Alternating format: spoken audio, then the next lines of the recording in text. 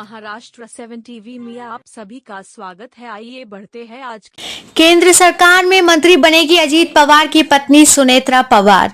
खुद ही साफ कर दिया रुख। महाराष्ट्र के डिप्टी सीएम अजीत पवार की पत्नी राज्यसभा का चुनाव लड़ रही हैं। उनके निर्विरोध चुने जाने की संभावना है।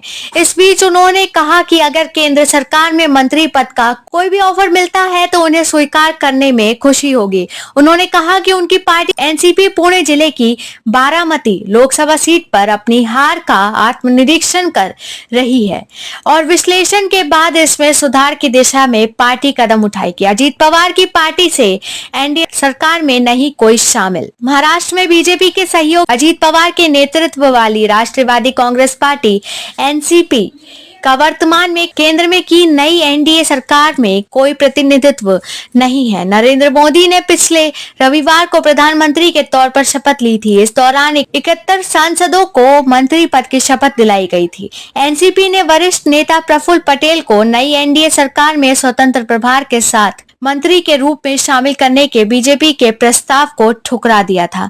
सुनेत्रा पवार ने कहा कि बारामती लोकसभा क्षेत्र में चुनाव प्रचार के दौरान लोगों से उन्हें जबरदस्त प्रतिक्रिया मिली, लेकिन अंततः मतदाताओं के फैसले को स्वीकार करना होगा। उन्होंने जोर देकर कहा कि हम बारामती में हार का आत्मनिरीक्षण कर रहे हैं कि वास्तव में क्या हुआ और विश्लेषण के बाद सुधारात्मक कदम उठाए जाएंगे। सुनेत्रा पवार ने एनसीपी के वरिष्ठ नेतृत्व और पार्टी के कार्यकर्ताओं को उन्हें राज्यसभा में जाने का मौका देने के लिए धन्यवाद दिया।